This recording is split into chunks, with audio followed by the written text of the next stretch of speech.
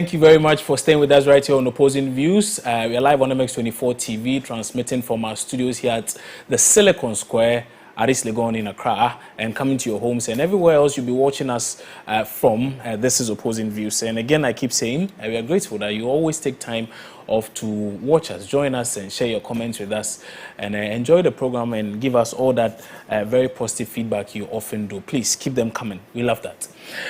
Now, though, it's time for us to go into that very interesting bit of the news happening in the country. And it has to do with that list put out by President of the Republic, Nana Addo Dankwa Akufo-Addo. For a lot of us, we were very excited when the numbers were cut down, as in for the ministerial portfolios. When the numbers were cut down, we were very excited. I, for one, was very excited. And so I was eagerly anticipating the deputy ministerial nominees. And if you remember on Opposing Views, we had mentioned to you that information available suggested that some persons were going to be considered as deputy ministers, including Marco Kreku-Mante. Well, if you have seen the list, he has made that cut. If you haven't seen the list, then I'm telling you, Marco Kreku-Mante is the nominee for the deputy ministerial slot for tourism, arts and culture. There are several other lists, as in several other names that have managed to come up in this list, and I'm going to share them with you in a short while. But of course, I cannot do this alone. So Jonah Lady of our newsroom is joining us. Jonah, good afternoon. Good afternoon. Hey, how are you doing? Were you surprised with most of the names you saw on that list? Well, not so surprising, because about a week ago, we saw hints of it on social media. And so we began finding out from sources, you know, whether or not the list was accurate. Oh, but actually on Opposing Views, we had actually even mentioned that name before those lists even came out, if you recall. Yes, we had actually spoken about some of the names that we have here. What is quite surprising, though, for me is the movement. So we realize that some people have been moved from one ministry to another. And you are asking, okay, so what informed the president's decision to move them from the ministry they were in to where they are now? So essentially, there are a lot of familiar faces in this list, right? Yes. A lot of the people who served in the first term of President Akufo-Addo found their way back, particularly those who managed to retain their seats as MPs. If you go through the list, you realize that just a few of them, about 5 of them, are not MPs. But yes, the majority of them, they are about 40 deputy ministers, and just about 5 of them from the list I went through are not MPs. The rest are members of parliament. Interesting. Very, very interesting. I know this was rushed, and so you were unable to put together the infographic you were really bringing to us to share, except that you still have some very important information we can share with the public. So, of course, the list came out just about an hour ago. And so, take us through the list you have there and the persons we have occupying, or, well, set to occupy these various portfolios, as according to this very list that has been put out. So, the first on my list is Charles Edu-Boahen. We know Charles Edu-Boahen in the first term of President Akufo-Addo served as a Deputy Minister of Finance. But in his second term, Mr. Edu-Boahen has been given the position of the Minister of State at the Ministry of Finance. So that's an elevation. Well, yes, indeed. If you look at it from that perspective, it's an elevation. And you know, in the first term, he was very vociferous when it came to issues of the Ejapa and other government policies when it came to finance. That's true. Yes, and so even though he is not a member of parliament, he has been given a Minister of State portfolio at the Ministry of Finance. Then we go to the Ministry of Finance itself. There is one name in there that I smiled when I saw it. That's John Kuma. But before I come to John Kuma, there's Abna Osayasare. Oh, so she has been maintained. She has been maintained. She was there before, and she has been maintained. And so she's not new to the position at all. But she has been joined by John Kuma. So that was the gentleman responsible for the NEIP, right? Exactly. Okay. He was in charge of the NEIP, in charge of youth development, giving finance to startups. Startups, yeah. Yes, trying to encourage a lot of Ghanaians to go into the private sector. And so John Kuma deputizes the Honorable Finance Minister Ken Ofori-Atta. Then we go to the Trade and Industry Ministry. For Trade and Industry. But before you even go to Trade and Industry, yes. Do you have a bit more information on, say, John Kuma or Abnose Asare? Do you have that here? Yes. So for John Kuma, for instance, he's a first-time MP. Okay. He won the seat in the Ashanti region. No. So this is Dokwa. This is for Dokwa. Oh, right. Yes. So this for Dokwa. Okay. Yes. And so for John Kuma, he's a first-time MP. And like we said earlier on, he used to head the NEIP. Even though it's his first time in Parliament, he's part of 3 committees already. So he's a member of the Subsidiary Legislation Committee, the Constitutional, Legal and Parliamentary Affairs Committee, where he's the Vice Chairman. And so already you can see that he's getting actively involved in the work of Parliament. Yeah, as expected. I see. Okay, so take us to the next portfolio then. I see Trade and Industry, and I'm seeing 3 deputy ministers for that very position. So just before we came on air, I was reading a few things on social media, and many were wondering why we had 3 deputy ministers in several of these ministries. Do you have any idea why perhaps that may be the case? Well, you know, in the first term, what we realized was that the activities of the various ministries were divided into segments. So you could have, say, energy, a minister in charge of petroleum, and then there's another one in charge of, say, another aspect of energy. You know, it's a very broad ministry that caters for a lot of different sectors. And so, for instance, for trade, you could have one focused on industrialization and another one focused on helping, say, you know, local industries grow or something like that. So I'm not too sure what the but we had 2 deputy ministers the last time, or it was 3? I think it was 2. I think it was 2. Okay. Now we have 3. Yes. Okay, that's fine. So that is for energy. So energy we have 3, and the 3 persons here are Mohamed Amin Adam, he was there previously, right? Yes. And then there's William Oreku Eidu, as well as Andrew Ejapa-Mensah. Andrew Ejapa-Mensah was very vocal on this issue of Ejapa, just as John Kuma. Yes. And that's his specialty. If you look at how committed he was to the debate around Ejapa, one is not surprised seeing his name in that ministry. But before we even move to energy, I just want to go through the names that have been nominated to serve as deputy ministers at the Trade and Industry. Okay. So we have Dokwa Isiama. If you recall, Madame Dokwa Isiama served as Deputy Information Minister in the first term of President. She deputized Kojo Oppong-Nkrumah. Indeed. And well, her work there is evident for all to see. Indeed. And then Michael Otrebefi. Michael Otrebefi, if you also recall, was in charge of the Free Zones Board. And I don't know how to put So he's the gentleman who kicked off, what's his name? Esibe Yeboah. Exactly. That was the point I was going to raise. He's the former chair of the Finance Ministry in Parliament. And I see. Finance Committee of Parliament. Yes. You know, the whole contest between the two of them was very heated. And many wondered why, you know, such a material would be let go. But of course, from the way Mr. Otrebefi has begun, it looks like he has a lot to offer. And so we wait to see his input. I see. And then there's Herbert Krapper. Okay. Herbert Krapper is not an MP. But Herbert Krapper used to work as a government spokesperson on governance and legal affairs. That's true. Yes, and so he is a lawyer by profession.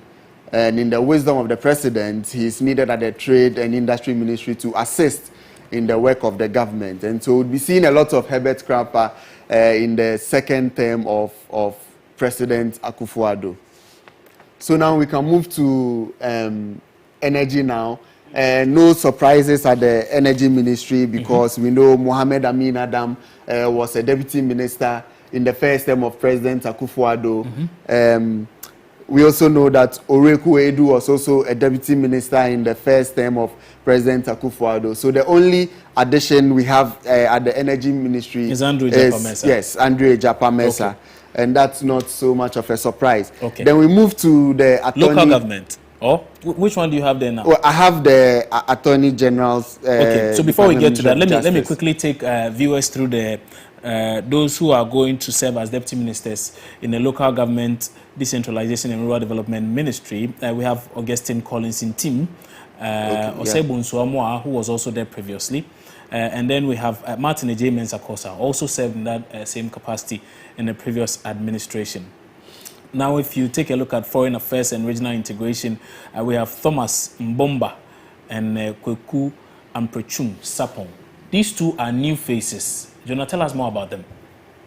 Well, so we'll get more about them in subsequent bulletins. That's fine. So for now, we are highlighting a few of the ministries that were able to get information or a lot of information. Okay, so that's for Foreign Affairs. And it's, yes. Okay, now we go to the Office of Attorney General and Ministry of Justice, and we have Alfred Tuayeboa and Dinah Asunaba-Dapah.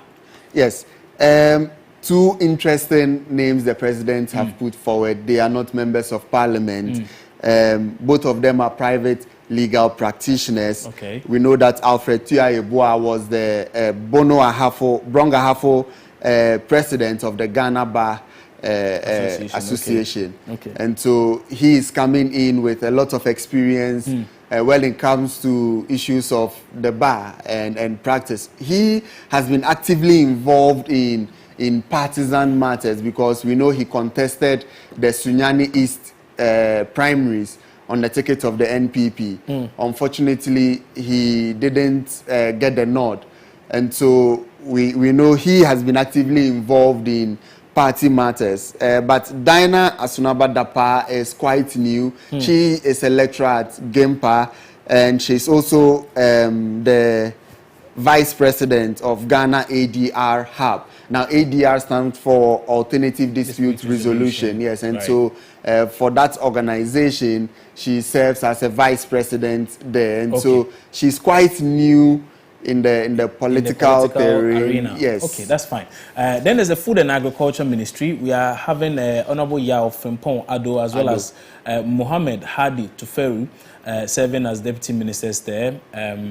For want of time, we'll rush through a number of them, and then maybe you pick out a few of the ministries you want to throw light on, and then you go ahead and do that for us. For education, the two gentlemen, there's one gentleman and one lady. They are supposed to deputize Educhum. We have John Ntim Fojo. I'm sure you know him, the very silent pastor. But he has been very vociferous when it comes to issues about LGBTIQ plus issues. And so that's John Ntim Fojo, as well as Gifty Chumampofo. So these two are to serve as deputy ministers for education. For the deputy ministerial slot for health, we have two persons there, Tina Gifty Mensah, and then Mahama Asei Seini. For land and natural resources, we have Benito Usubio and George Mrekuduka. For roads and highways, we have Mavis Nkansa Buedu, as well as Stephen Pambin Jalula. For transport, there's Hassan Tampuli, the former NPA boss, as well as Frederick Obing Adum. Okay. For defense, there's Kofi Amankwamenu.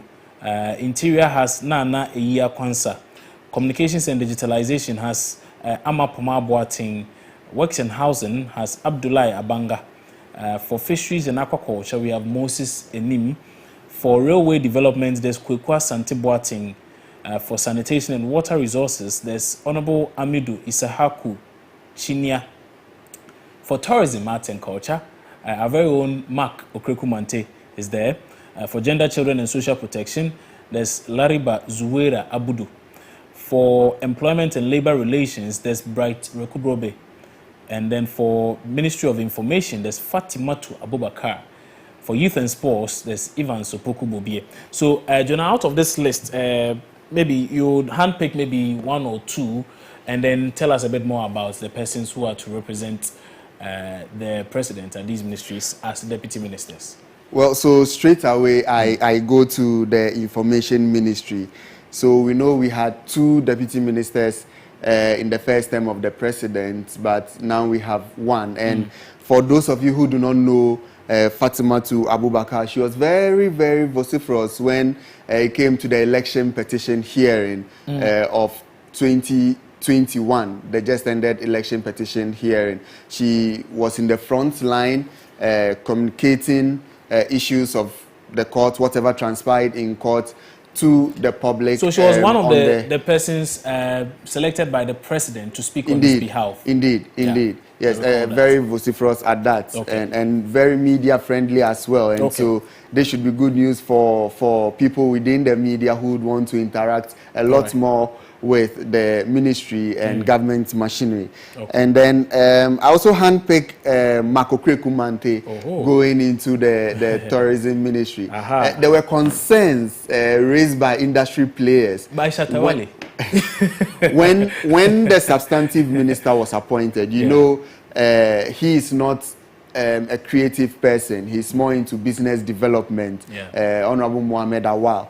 And so people wanted to see who would come in and deputize him. And I should believe that they should appease or comfort those who had certain concerns. The only challenge with that is that persons like Shatawale, like I mentioned, were so vehemently opposed to the idea of Marco Krekumante serving as deputy minister. I think there was also the issue of, is it Apietus? I think he also raised issues with it. Some have raised concerns. So maybe subsequently we'll have a session that will focus on all of these things. But Jonah, for want of time, I think we would have to end it here. For those of you who want a lot more and are watching and probably enjoying it, please make a date with MX24 News this evening at 6:30 p.m. And there'll be a lot more on these names that you are hearing on Opposing Views today. Jonah Lady, many thanks for joining us today on Opposing Views. And that was Jonah Lady, our reporter with MX24 News, bringing us a bit more updates as to those names you may have seen on social media or heard about. He brought us those things, and it's interesting. For me, I'm okay. I cannot say that which I want to say, but of course, I don't know why we have 3 deputy ministers in a lot of these areas. I just don't know why, but maybe there's a reason. So hopefully we'll get those answers subsequently. But it's time now for us to delve into our main conversation for the day. Like I mentioned to you, we are talking about abortion. Abortion, and whether or not the state has to begin to consider legalizing it. Right after this.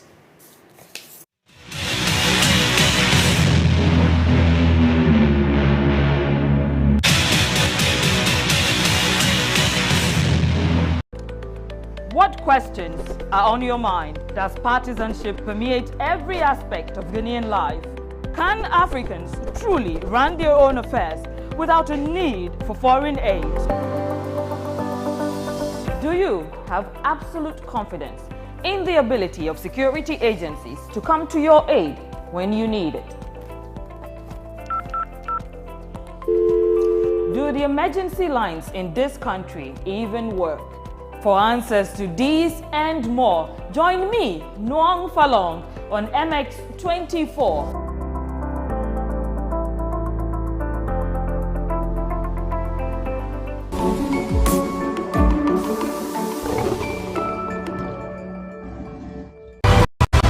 This is magical to watch. I loved it. Oh, I loved it. Again, World of Dance, another level. This could be one of the best moments of my life. I need you to remember we're scoring out of 100.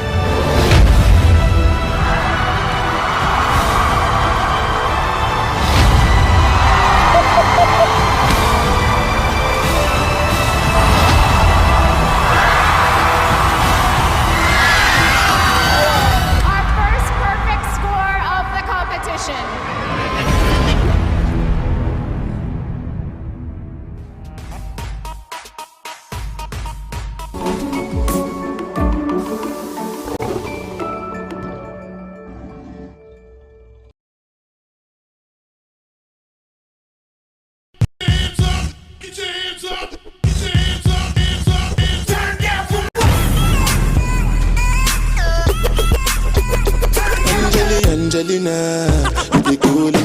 temperature.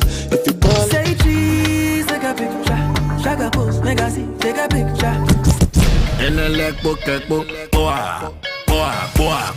Why the party there today? Hey mama, hey I ever say. Shake your body.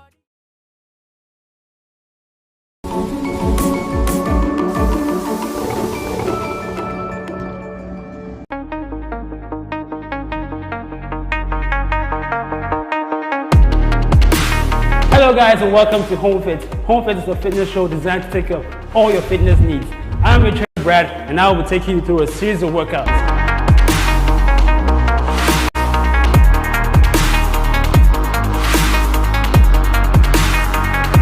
After a great workout, let's talk nutrition.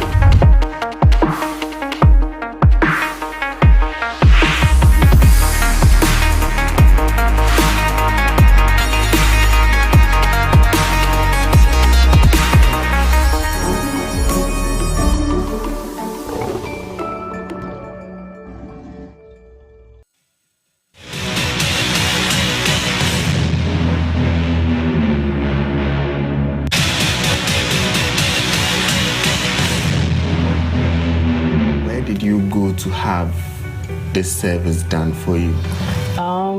I called a doctor friend and he wasn't in the country by then, but then I knew him personally. He used to do it for people. So at the time he wasn't in the country and that was so bad. So I just spoke to him for a while and he was like, oh, I should get this medication. I was like, okay. So I just went for the medication and I did it at home myself. So where did you buy this medication? I didn't buy it. My boyfriend bought it and brought it to me.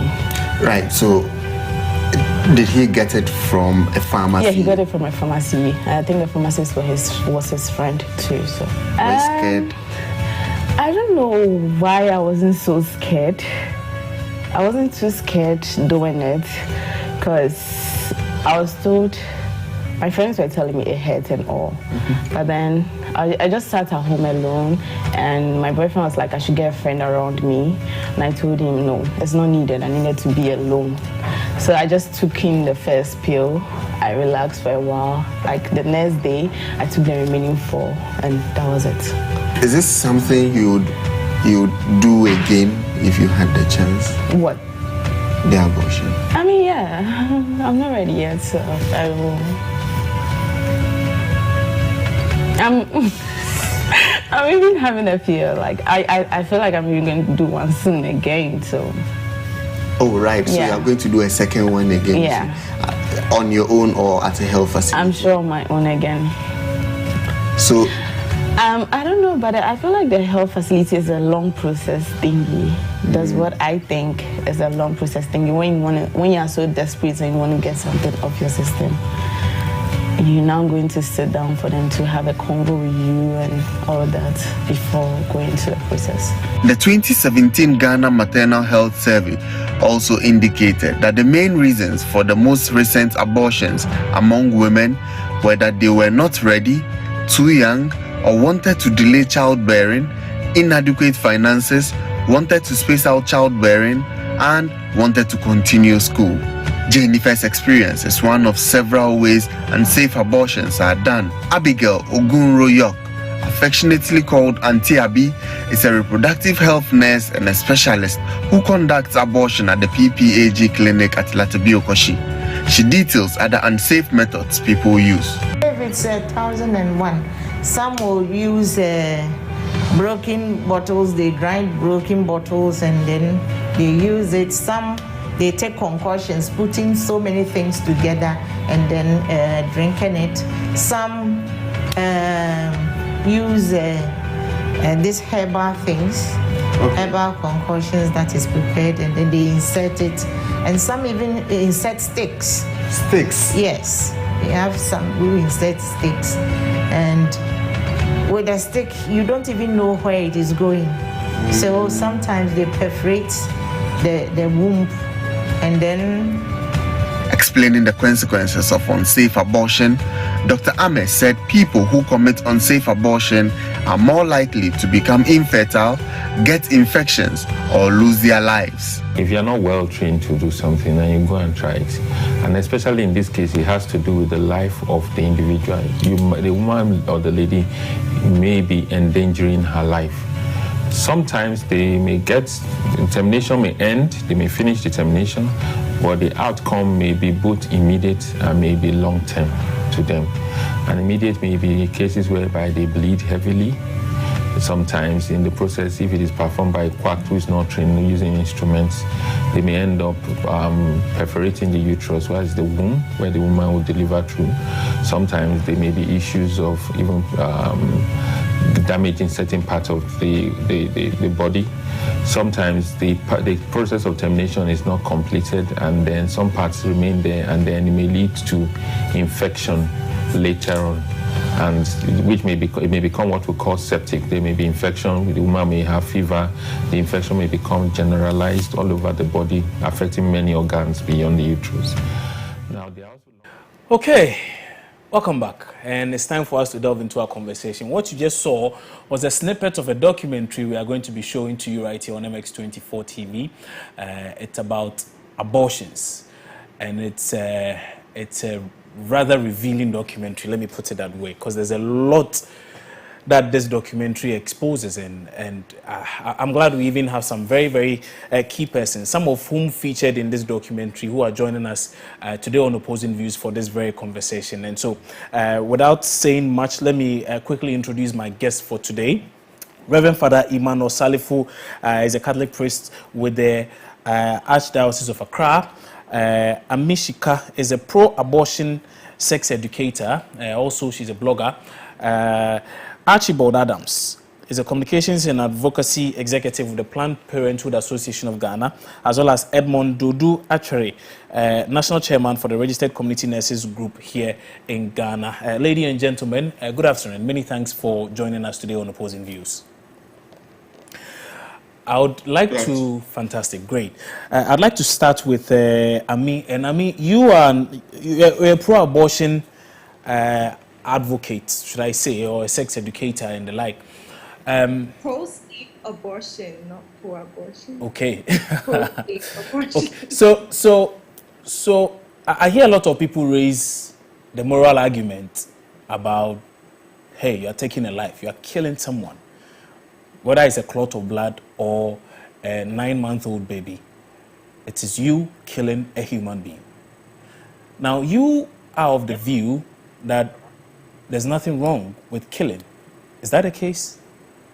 No. Okay. I am not of that view that there's something. Okay. There's nothing wrong with killing. I'm not, what's the name, equating abortion to killing or murder.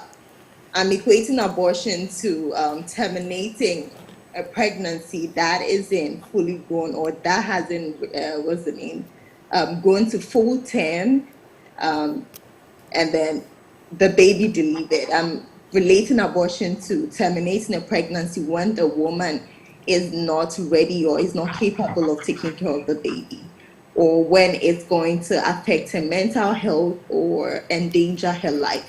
That is where I'm coming from. So let me come to the point you make about a person being ready or not. And so if a lady feels that, hey, I'm not ready for a baby, you're of the view that there's nothing wrong with her deciding to terminate a pregnancy.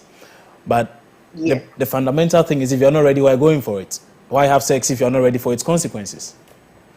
But then, there are married people who have sex and then have to abort because they need to space out their childbirth. Maybe she had a child some months ago, and then physically she can't have the baby. She can't take care of the baby. Financially, it will be too much for the family.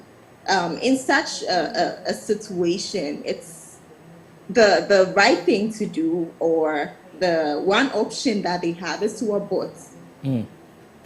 Yes. So it's not just people who are not married that opt for abortion. People who are married opt for abortion. The counter argument to that could be that in this modern day and era where there are so many ways of preventing pregnancy, that's if you really do not want it, why on earth would you still allow yourself to get pregnant? There's IUD, there are condoms, there are menopause pills, there are birth control pills, so many options.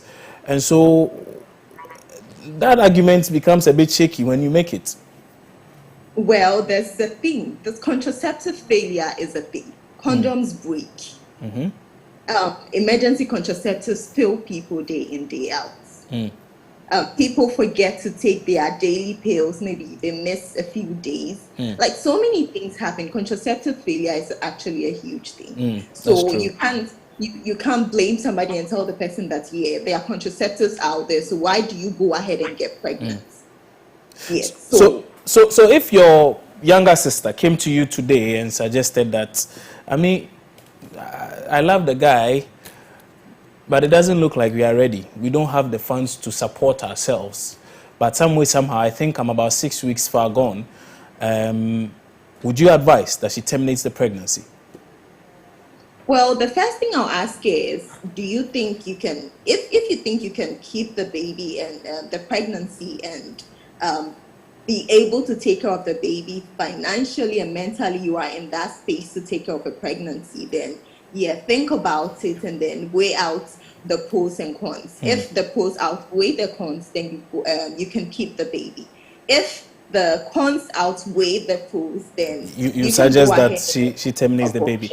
Okay. Yes. There are facilities. I will tell her the safe abortion is safe. There are health facilities. There's PPH clinic. There's Mary Stopes. They offer safe abortion services, so she can go ahead and get the abortion, and then it won't affect her health in the long run. But okay, so essentially you are a bit of an advocate here. But let me ask this: have you personally had an abortion? Yes, I have. I've had a safe abortion experience once. Okay. Yes. How was the experience? Well, I came from a very informed point, so I was a little calm. I just had to weigh out my options because I knew there are options available. If you know you cannot go ahead and have a baby. At that point, I wasn't ready. I was in school. I had a lot going on. I had to concentrate on my studies, and it was just a whole lot. So I had to weigh out my options and decided that, okay, yeah, Mary Stopes is there. I just need to go in and then talk to them. And yes, that's basically what happened. All right. I mean, thank you. We'll come back to you for a lot more subsequently. But Reverend Father Emmanuel Salifu holds a moral compass, I would assume. Father, Ami has made a very solid point. In fact, she raises a lot of very, very cogent arguments. Hearing her, would you still suggest that abortions are not a good thing, and that it is wrong, and that it is you killing a human being?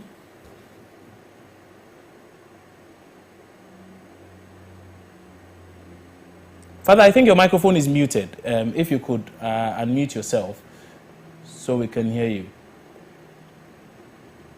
Or can you hear me now? Fantastic. Now I can hear you loud and clear. Okay, great. Yeah. This is the issue. I think that when we are discussing this, we want to ask a fundamental question. And the question I think you did raise, the question is this: is the child a human being? Now, when does life begin? Now, from the Christian point of view, of course, because I'm a priest, that's where I would start from. Yeah. When you read Jeremiah chapter 1, verse 5, it says, "Before you were born in your mother's womb, I knew you, and I consecrated you." So even there, we recognize life. And when we read also the Gospel of Luke, we see that when Mary encountered Elizabeth, and this was very early on in the pregnancy of Mary, very early on, when Mary spoke to Elizabeth, Elizabeth said, "When the greetings of your ear hit my ears, the greetings, your greetings, when it hits my ears, the baby in my womb leapt for joy." Okay, so the point is this, that life begins with the conception of a child. Once a child is conceived, life has begun. And for us as Christians, that is how we ought to protect life from its very beginnings to its very end. Now, we don't choose whose life is more valuable than the other, but we consider that because God has given life as a gift, life must be protected from its very beginnings to its very end. And it's very interesting. Why? Because when you consider our life, you will see that by nature, we want to protect more the vulnerable. And if you are thinking of a child who is quite dependent on the mother, and all of a sudden, we are giving permission that if you feel it's an inconvenience, you can take away that which is weak. Then what we are doing is returning to the age of survival of the fittest. But it's biblical. It's biblical in the sense that the Bible suggests if a part of your body will prevent you from entering the kingdom, you are better off taking that part off and then going there as a deformed person. So if you are to use that literally, you know, the Bible can be interpreted as you want. We have to take the context. What was Jesus talking about? Remember the context. The context is dealing with sin. You remember?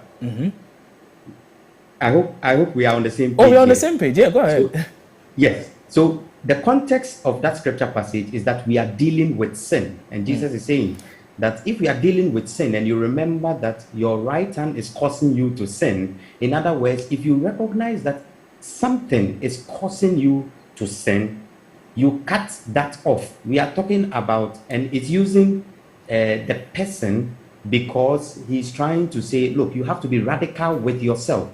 We are dealing here with yourself. So by extension, so if something causes you to sin, now you are in a position where you can hardly fend for yourself. You can hardly fend for yourself. Let's say, hypothetically, you've been raped. So you live in a slum, and then some weed smokers who have gone ahead to do whatever come and then they rape you. You get pregnant as a result of that. The tendency for you to engage in certain acts which may not be so Christian-like, just so you can make enough to take care of yourself and perhaps your unborn baby, may be a hindrance to you entering the kingdom of God, for which reason perhaps an abortion may be the way to go. Or, okay, Father has frozen. I think it's the internet. I don't want to assume it's anything else. It's the internet. And so we'll get back to Reverend Father Salifu in a short while and then hear him respond to that very question I put up a short while ago. But I will now rope in Archibald Adams. He's with the PPAG. Archibald, you are with the PPAG, and I'm sure you encounter a lot of these things quite regularly. And I want to speak to you from this point of view. Now, I do hear a lot of people say churches, especially, are the ones who cause a lot of people to engage in unsafe abortion because they are scared that if they come to church and there's something there, the pastor will, preach a certain sermon, and before long, Charlie, she cannot even enter church anymore. And so they are then forced to resort to other means. How much of a problem is unsafe abortion in Ghana today? Let me start with that.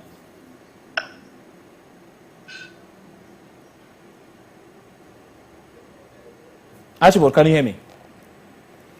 Yeah, but the line went off in between. So. Yes. No, so I was asking about this, how frequently you come across issues of unsafe abortion in your practice. Is it a problem? Also, thank you for the opportunity, and let me say good afternoon to your viewers and then the other panelists listening to the lady who spoke first. Of course, the issue about unsafe abortion has to do with access to information. And you asked a question as to why someone will get pregnant in this day and age. The issue has to still do with access to information and whether people even know. I was trying to pull out some bit of statistics to let us know that we have unmet need for family planning. When we talk about unmet need, we are looking at people who actually want family planning services but are unable to have access to it. And then the reasons being that it could be cost, it could be the fact that they do not even know that these services are available, and that's the rate. But let me come to your question. There have been a lot of cases where people walk into the facilities, sometimes not even knowing that they are pregnant. There was a story of a 19-year-old lady, brought in by the mother. She complained of stomach ache, and then they brought her to the facility. And in the bit of assessing her, our midwife said, let's check to see whether everything is okay with her system, only for her to realize that she's 6 weeks pregnant, and she did not even know about it. She had a menstrual flow all right, and everything was okay. There were no signs of vomit and all that, and that's just one case.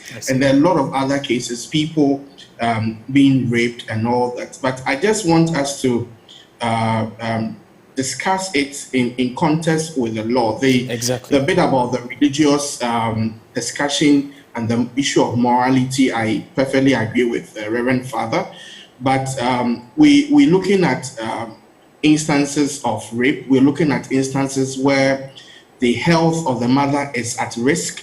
We're looking at instances where the child in that stage has several deformities, such that when the child is born, it comes with a whole package of issues. So there are four main instances under which abortion is permitted in Ghana. And I'm quoting from the Criminal Code of 1960, Act 29, sections 58 and then 59. Okay.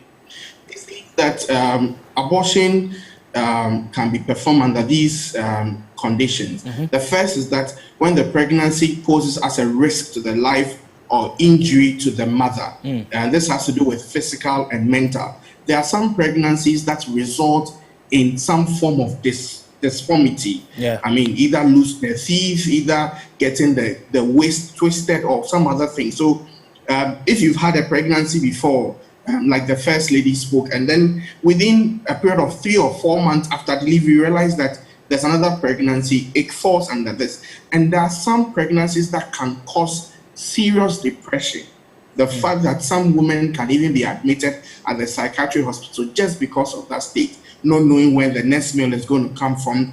They probably staying in a makeshift structure, and then the one who impregnated the lady is nowhere to be found. You ask yourself, do I continue to create that cycle of poverty, or do I look for a way by which I can ensure that the ones that are with me currently can be taken good care of? And when we talk about the life of a baby, by medical terms, we're looking at the gestation period, which is 280 days, 280 days and then 40 weeks. So the law permits that before the 12th week, which is before the pregnancy is 12 weeks, the abortion can be done in a legally registered facility. So people tend to have the abortion done in unregistered facilities. We all know about the Medina abortion doctor and the things that he was doing. That's an example of an illegal facility. And then also the second condition is when there's a rape, when there's an incest, and then defilement of a female idiot. That's how the law describes it. So that's for mentally challenged women. So obviously, if a mentally challenged woman is pregnant, has been raped by someone, or there's a rape, an incest between brother, sister, first cousins, you obviously will not want to carry along with this. And then the third condition is when there's a substantial risk that the fetus has or will have serious abnormalities or diseases. And so these are the conditions. A legal abortion can be performed at a government hospital, a private hospital that is registered under the Private Hospital and Maternity Act 1958, number 9, or any other places that have been approved by the Minister of Health by a legislative instrument. And so far, PPAG and then that of Mary Stopes clinics have been registered, and they can perform it under the required standard. Okay, fantastic. That's a lot of legal education there. But there's one thing I picked from your submission, that if the pregnancy has the tendency to push the lady into a state of depression, that may be a condition, mental and physical that may be depression, a condition for which such a pregnancy can be terminated. But does that not leave room for a lot of interpretation? That if I sit here, in fact, I am depressed. So let's say I'm a lady and I'm pregnant, and I suggest that I am depressed. I cannot fend for myself. I cannot fend for the baby. I cannot provide 3 square meals a day. So, and I feel so depressed. I'm even thinking of how tomorrow I can come to the office or go home. For which reason I want an abortion. Great. Will that abortion be done? When you come to the facility, you actually will be assessed by a clinical psychologist. It's just not you saying. And once you go through that process, what we provide at PPH is comprehensive. So what you actually are taking through is a bit of counseling before. Sometimes people come into the facility wanting to do safe abortion, but sometimes in the bit of counseling, they rescind their decision. And there are options. You can either have the baby and donate to social welfare, or you can decide to have the safe abortion. But even when you opt for the safe abortion and you go through the process, when you are done, you are introduced to a family planning method. So the issue does not repeat itself again. Interesting. Okay. I will now speak to Edmond Dodu. He's a national chairman for the Registered Community Nurses Group in Ghana. Edmond, I know you guys are doing a lot of fantastic work, but some of your members, we are told, have been helping a lot of young ladies who do not necessarily meet the criteria prescribed by the law, and for whichever reason they say, Charlie, the time is not right for me, and it's not about any issue of mental health or depression in this instance, or insanity or any such thing. But some way, somehow, your members are quick to say, you just bring some 1,000 Ghana or 2,000 Ghana and let's sort you out. Why is that the case? Right, thank you very much for the opportunity. In fact, Edmond's line is stripped there. Hopefully, I think it gets back on pretty shortly. I will not be able to say what you are saying.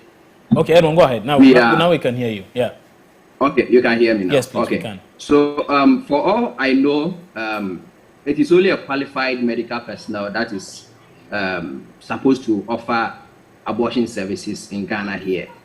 So, if anybody from the medical field provides such services without any other training, then I say it is illegal. But then I have never, and I will not say it is true or not, because I've never seen it with my naked eyes. Let me put it that way. Yeah. So I will never say what you are saying is true or not. But the doctor who was busted by is it a nurse, Harry Mayer, a nurse in that very documentary several years ago, was practicing with some of your members, we are told. Is that not the case? Yeah, it is true. And he was practicing illegally, we are told. True? If you're able to know more to follow such issues, you might see that most of the accomplices, I mean the nurses that were working with them, most of the times are not nurses that are qualified to also provide. We also have quack nurses and midwives around. We have a lot of them around. We have people who have no specific training, but are just they just get training on the job. To offer some support to doctors in various private institutions. I see. So if you want to really get abortion services in Ghana, then you have to visit the approved health facilities in Ghana, including the PPAG and then the marriage stops, which are private facilities. Okay, let me ask this question though. How much of a pressure do you and your members go through on a regular as pertains to persons who approach you and suggest that they're pregnant and they need help, and so help them out? Is that a common thing, or it happens rather rarely? So, as a registered community health nurse who lives in or who works in most of their communities, Mr. Achiba said something. There's an unmet needs in most of our communities, especially in terms of family planning services. So, because we have a lot of unmet needs in family planning services, most of these young ladies and young boys practices unsafe unsafe sex. And as a result of that, they also experiences unwanted pregnancies as a result of the unsafe sex practices.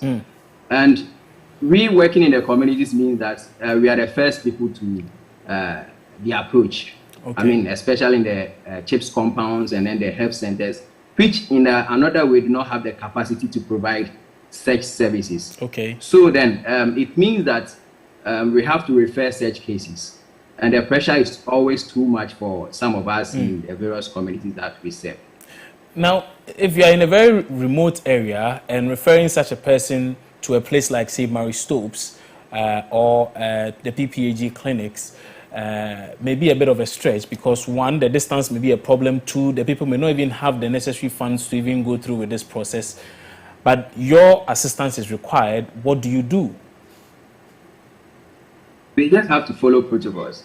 And the protocol in Ghana says that if you are not qualified to provide a specific health service, we just need to refer that case, and which is a major problem. So it means that we have to look at our policies again.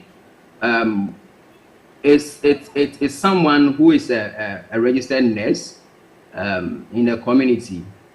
With that person, should we also train such people to provide such services as well? I mean, do we have to train community health nurses as well? Because it's only the midwives and then the doctors that are supposed to offer such services. Now, should we look into this? Should we also provide such support or trainings to community health nurses who will be able to provide such services to these young people in the various communities? For instance, if you look at Marie Stopes and PPAG, I know we have some community health nurses that have been employed in the various private facilities. We are also supporting such services there. So we have to also look at the strategy. I mean, the policy. It all boils down to the policy. Is the policy that favorable to really support those at the peripheral level? I see. Archibald, thank you. Thank you very much. Edmund, thank you for that. I want to go back to the moral issues. So let me come back to Reverend Father Emmanuel Salifu. Again, he's a Catholic priest for the Archdiocese of Accra. He's with us via Zoom. Father, you were answering a certain question I had posed early on when your line tripped. I think your line is a bit more stable now. If you could help us with that answer so that we can subsequently try and see if we can wrap up on the conversation. Yeah. Okay, so I think the issue had to do with difficult situations. So if I was listening to Archibald, he gave some examples. So the first one, for example, you are looking at when the child poses a challenge, poses a threat to the life of the mother. In there, the moral issue has to do with dealing with or using the principle of double effect. What is the principle of double effect? That I can foresee that my action, which is good, the action must always be good because morally it is always intrinsically not moral to act evil, even so that good may come out. But when you are acting good and you realize that the consequences of your good action may result in a certain negative effect, you did not intend that effect, yet your good action caused that. So that is morally acceptable. It is not to say that you went into the abortion trying to get rid of the child. The two examples are different. If a doctor decides that I'm just entering just to terminate the child, that attitude is different from a doctor who is going to save a mother and foresees that possibly a child might lose his life. What that means is that this doctor is open to saving the child if within the operation something pops up. Because we know, I'm not a medical person, but the medical people can testify that sometimes at the operation table, things happen and things can change. Now, for a medical person who has already decided that this child must go, may not even pay attention to the possibility of saving the child. That is one. Now, two, when we were listening to everyone, I realized that we were all speaking about intervention, social intervention. Why? Because we all recognize that it takes more than an individual to bring up a child. It takes a society. So when there are issues or difficulties of dealing with a person who has economic challenge and for that reason feels like I cannot take care of a child, society has the responsibility of intervening and helping for that child to be taken care of. But we must always remember that the issue we are dealing with is life, human life, and no human life is more important than the other. That comes to my third point. The third point has to do with disability. So Archibald mentioned something about disability, and he said, when you foresee that this child coming would have certain disability or challenges and Reverend, deformity, not disability. Okay, deformity. Okay, sure. Deformity, not disability. Thank you very much. Now, if we consider that, then what we are saying in effect is that all those with deformities should be cleared of the human race. Why? But you look at society and you are saying that society protects those who are deformed. When you look at the way we have built ourselves, what we do is that we immediately go in recognizing that a deformed person is still a person and is a human being.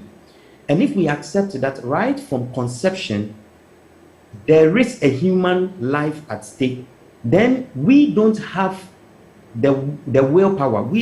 Life does not belong to us to choose whether the life coming is of a certain quality or not. Then we will return again to the age of the survival of the fittest. We look at the child coming and we say, oh, this child may not survive, so let's already get rid of it. Let me give another testimony and then maybe I can finish up. This is a testimony. This is a live a testimony that is true. What happened is that a woman was told that the child that she's going to give birth to will be deformed. And she insisted that no, she will give birth to the child. When the child was born without the deformity. Well, for us of people of faith, we would say it's a miracle. But for those in the science world, they could say that she was wrongly diagnosed. That's a possibility. Exactly. Good. So what if we go by the principle of seeing already at the moment of conception that life has begun and leave the rest to our social intervention to protect this life that has begun? Because see, the principle of the church is that because life is a gift, it needs to be protected from its very beginning till its very end. That's the principle. Interesting. Reverend, let me ask this though. We are wrapping up pretty shortly. I know for a number of you counsel a lot of people who intend marrying. One of the things I hear a number of you suggest is that if you are an AS sickling, you should not be with another who is an AS sickling. Now, assuming without admitting that you did not know that your partner was AS and you had premarital sex, or perhaps even you had sex after marriage and the like, okay, and then you got her pregnant, and then during the test and the like, it was clear that you were going to give birth to an SS. Again, are you suggesting that there would be a problem or it's wrong for you to terminate such a thing? Because a lot of research has shown that for a number of persons who are born SS, their chances of survival are very slim. Luckily for me, I had a classmate who is a priest, who is SS and still a priest. So if we are using your principle, it means that he wouldn't be alive today. So that is a miracle. See, that's the problem. But you see, but that's one out. And again, he's a priest. Now, so if we believe in miracles, why don't we leave it for the author of life to determine who goes and who does not go? Now, let me cite another example. Now, if you are considering an SS patient, haven't we had babies who are perfectly healthy, being born, and within 2 years develop a certain whatever and they die? We have that situation also. So look, death comes to everyone, whether the child will be 1 year, 2 years, 3 years, or 4 years. Sometimes sickness and serious conditions comes to children even immediately after they are born. And yet society immediately comes in to protect the children. The point always is this, we come back to it. Life is a gift. And if we recognize that life is a gift and it stems from God, then nobody has the right to throw away what has been given when it was not yours in the first place. Because that will be irresponsible. Let me put it that way. I see. That will be doing something evil because you did not generate the life. If we believe that life comes from God, then we must live life for God to direct up until it reaches its perfect end. Our duty is to ensure that whatever life has come lives to its fullest. We help to improve on life and not to destroy life. That's the point of the church. So we come in to help and improve life and not to end it. Father, thank you. This conversation is not going to end now, clearly. I have a lot of questions I want to ask, Father. And I know that Ami also has quite a number of questions he would like to pose to you.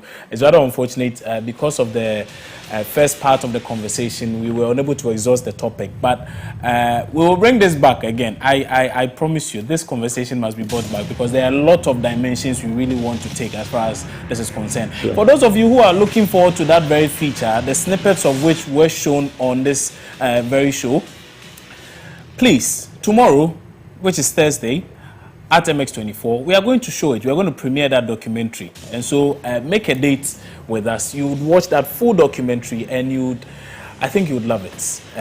It was put together by Jonelle Eddy and Deborah Busumbro. Very, very fantastic documentary. My guests today have been Reverend Father Emmanuel Salifo, the Catholic priest for the Archdiocese of Accra, Amishika, pro-abortion sex educator. Also, she's a blogger.